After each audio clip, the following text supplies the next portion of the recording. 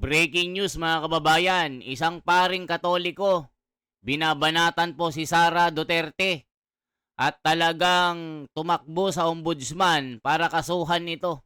Ito yung title, pare nagrereklamo kay BP Sara sa ombudsman, durugista pala. Naku po mga kababayan, anong klaseng mga nagrereklamo ito?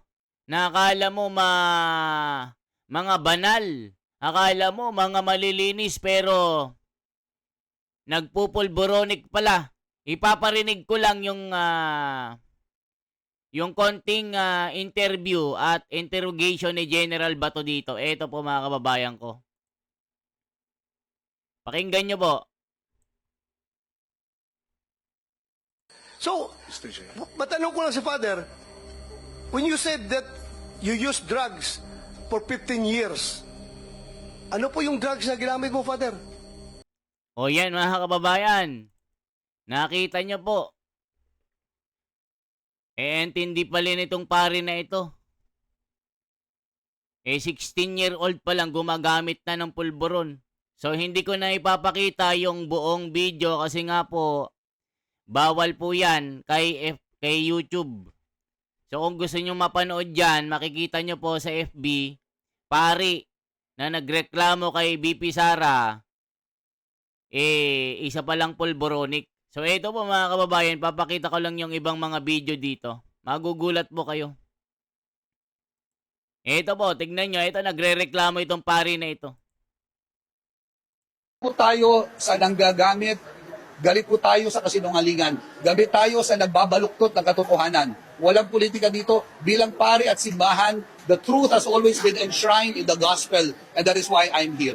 Galit po tayo sa nanggagamit, galit po tayo sa kasinungalingan, galit tayo sa nagbabaluktot ng katotohanan. Walang politika dito. Bilang pari at simbahan, the truth has always been enshrined in the gospel, and that is why I'm here. Galit O nakita nyo, galit daw siya sa galit na galit kay Sara. Galit na galit sa Inday Lustay. Galit na galit sa 125 million ni Sara. Sabi ng komento, ngayon ko lang kinahihiya ang pagiging Katoliko ko. Father-in-law. Sabi ng Diyos, di lahat ng tumatawag sa akin ay kilala ko. Sa 1 versikulo 8, kapitulo 44, banal-banalan, pero pulburon pala. Naku po. So, matanong O yan mga kababayan ko, nakita nyo po.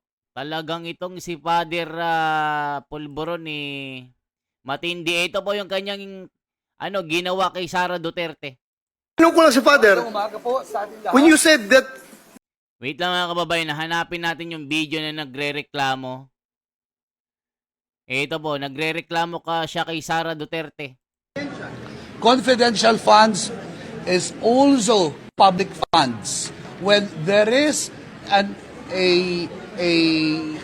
when there is the slightest feeling and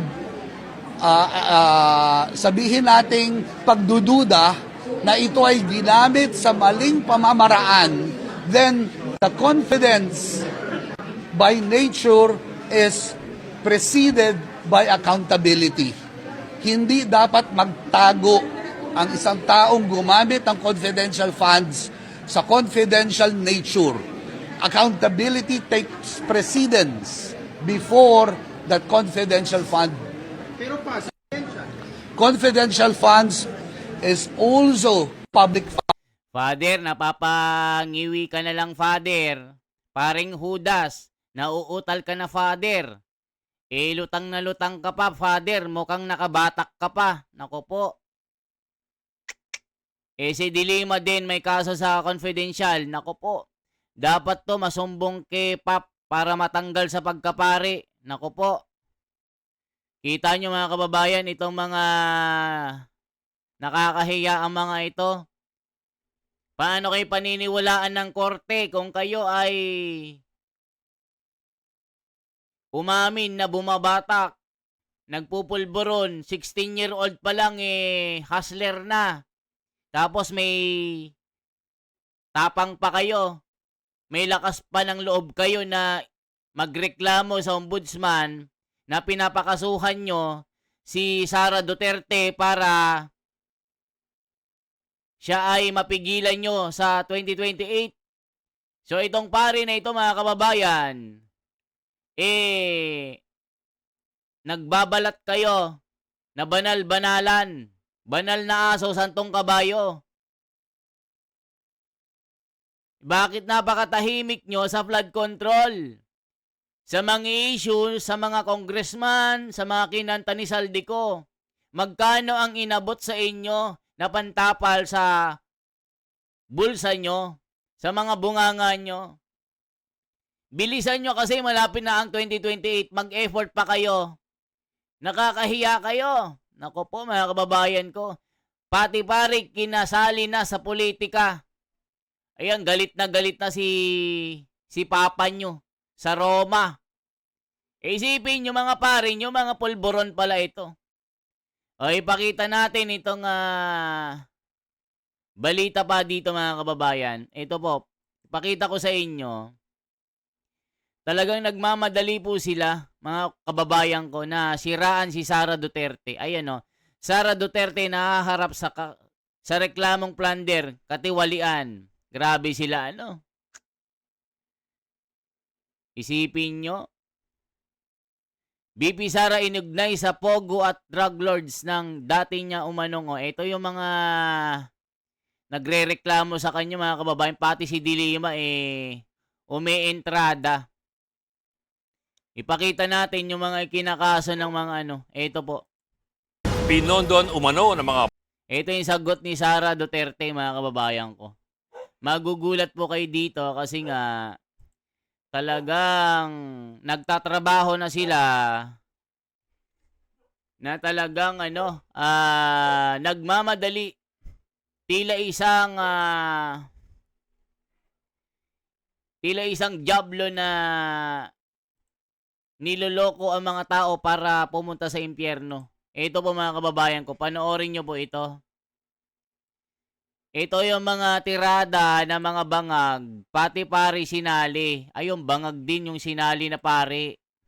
Nakakahiya ang mga ito. Paano magiging legitimate ito? Paano kayo paniniwalaan ng tao kung mga bangag yung magrereklamo kay Sara? Ibig sabihin, takot kay Sara na matokhang pagdating ng 2028, mga kababayan ko. Nakakahiya. Pakinggan nyo po ito mga kababayan. BP Sara inugnay sa pogo at pulburon. Ayan Panginoon ng pulburon ng dati niya umanong bagman. Isa rin niya sa nagrereklamo na nag-aabogado itong si Dilima. Pag-aaralan daw niya umano kasi nga mabigat-bigat itong kakalabanin niya, isang vice presidente. Pero sanay daw siyang kumalaban at humarap sa mga ganitong mga labanan o digmaan. So ngayon mga kababayan, pakinggan po natin ang mga reklamo daw ng mga civic society at itong Madriaga na nagpakilalang bagman ni Sara. Ito po mga kababayan ko. pogo operator at drug lords. Pinondon umano ng mga pogo operator at drug lords ang kandidatura noon ni VP Sara Duterte. Ayon po yan sa umano'y dating bagman ng bise. Nasa frontline na balitang yan, Camille Samonte. Nadadawit na naman sa panibagong kontrobersya si Vice President Sara Duterte. Lumuta ang nagpakilalang dating bagman umano ni VP Sara na si Ramil Madriaga. Sa kanyang sworn affidavit, idinitali ni Madriaga ang akusasyon niya na nakinabang si VP Sara sa pera na nanggagaling sa mga drug lord at pogo operators. Nagtrabaho raw si Madriaga para kay VP Sara noong alkalde pa siya ng Davao City. Si Madriaga raw ang nagbibigay ng intelligence reports noong 2018 para sa plano noon ni VP Sara na tumakbo bilang presidente. Siya rin daw ang nagtatag ng grupong Inday Sara Duterte is my president at ang pondo na ginagamit dito ay pera mula umano sa pogo operators at drug dealers. Isipin nyo mga kababayan, tignan nyo po ang mga programa ng mga kalaban, yung mga kanilang taktika, parang napakalayo naman sa katotohanan. na si Sara Duterte ay gagamit ang pera na galing po sa pulburon. Parang napakalayo naman ang ginagawa nyo.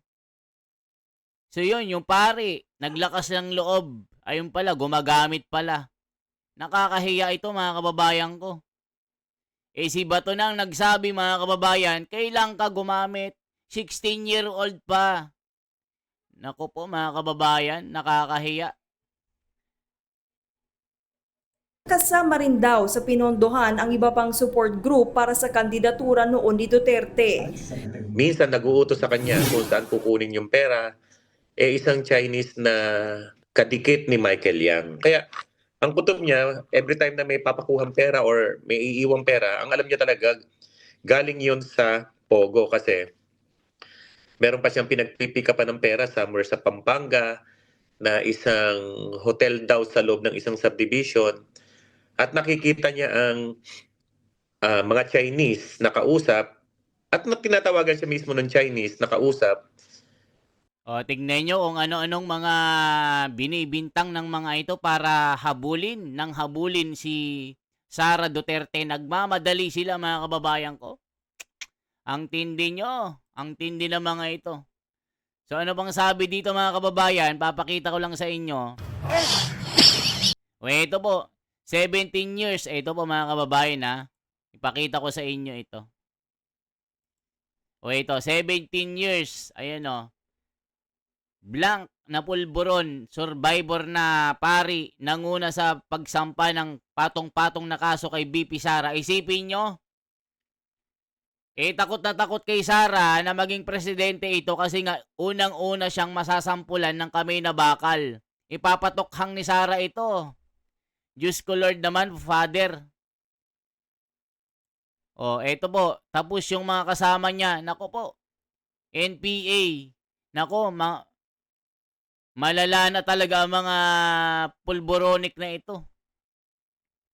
Matanong ko lang sa O ito po, pari ka naman. O God, ask lang Father, magkano bayad sa inyo ng file ng case kay BP Sara?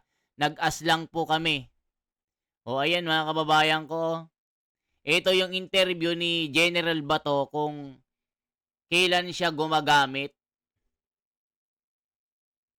Sabi niya, 17 years na gumamit eh. Tapos naging pari siya, 31.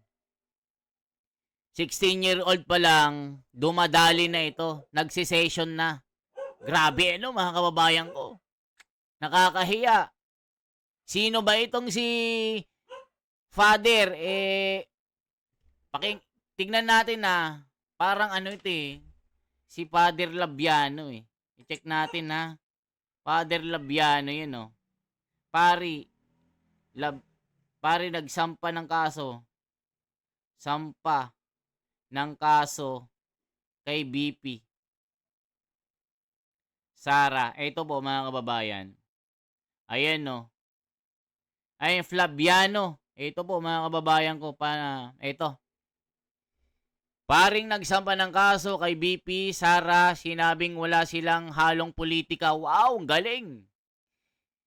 Tinanggihan ni Father Flaviano, Flavi. Nako, Villanueva pa naman ito, nakakahiya ka. Kinakahihiya kitang ikaw ay Villanueva, walang ganyang. Nako po, nakakahiya ito. Kaapelyido ko pa ito, bangag pala. Tinanggihan ni Father Flaviano, Flavi, Villanueva ang pahayag na politikal ang mga reklamong isinampa laban kay Vice Presidente Sara Duterte kaugnay ng umanong maling paggamit ng 612.5 million na confidential funds ng OBP at DepEd. Wow, ang galing! Hindi raw politika. Ayon kay Father Flavi, usapin ito ng pananagutan. Wow! At hindi politika. Anya kung walang tinatago ang Vice Presidente, nararapat lamang na harapin niya ang mga paratang na sa tamang forum. Wow, Father! Lumilipad yung isip mo. Nakakakita ka rin ng masamang espiritu. Nanggigigil yan. Naku mga kababayan, magkano kayong binayad sa mga ito? Si Father, Hindi daw namumulitika. Pero pulburon pala. Ayun, nangingiwi mga kababayan ko. Ngiwing-ngiwi. Nakakahiya naman ito.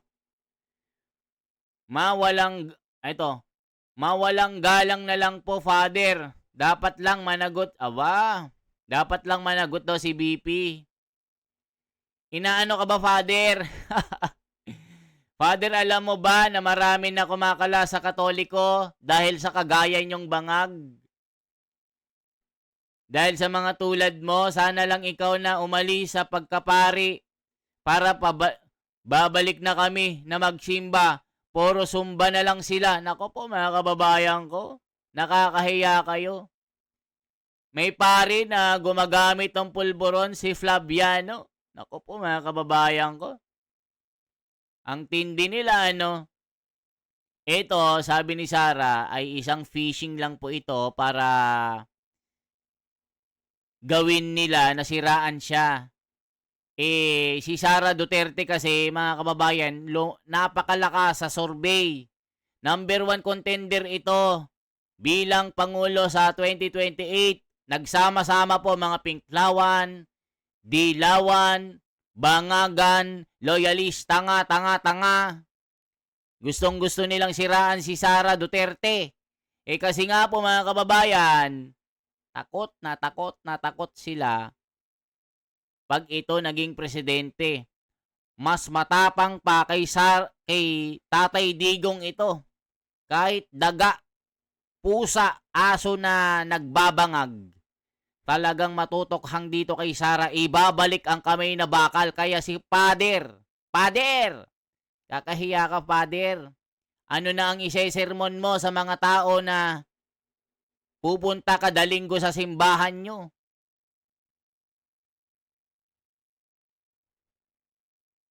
Ano sasabihin mo? Magpakabait kayo. Huwag kayong magbibisyo. Ako lang pwedeng magpulburon. Isipin mo. 16-year-old ka, dumadali, nagsisession. 17 years kang gumagamit. 31-year-old ka naging pare. Ano yon? Nakakahiya ka naman, Father. Ibig sabihin, safe ka na, hindi ka na gumagamit. Naku po mga kababayan ko. Yan lamang po ang ating bahagi. Anong masasabi nyo dito, Father? Nakakahiya ka. Mag-resign ka na bilang pare kasi ikinahihiya ka ng mga Katoliko na talagang diring-diri sa'yo. Magagalit si Papa nyo sa Roma. Okay? Yan lamang po ang ating bahagi, mga kababayan. Isang like, isang share po, at isang subscribe. Yan po ang pakana. Yan po ang action. Yan yung mga nagmamadali na mga bangag para siraan si Sara sa 2028. Okay po? Huwag po tayong magpatalo sa mga ito. Ilalahad po natin ang katotohanan dito, mga kababayan. Isa po tayo sa Transparency for a Better Democracy. Ipagtanggol po ang katotohanan, huwag dun sa baluktot na katwiran. Yan lamang po. Ako si The Wonders Philippines. Isang like, isang share po, at isang subscribe. Saka kung saang location po kayo, i-comment nyo po ha. Kasi re-replyin ko kayo isa-isa. Salamat po.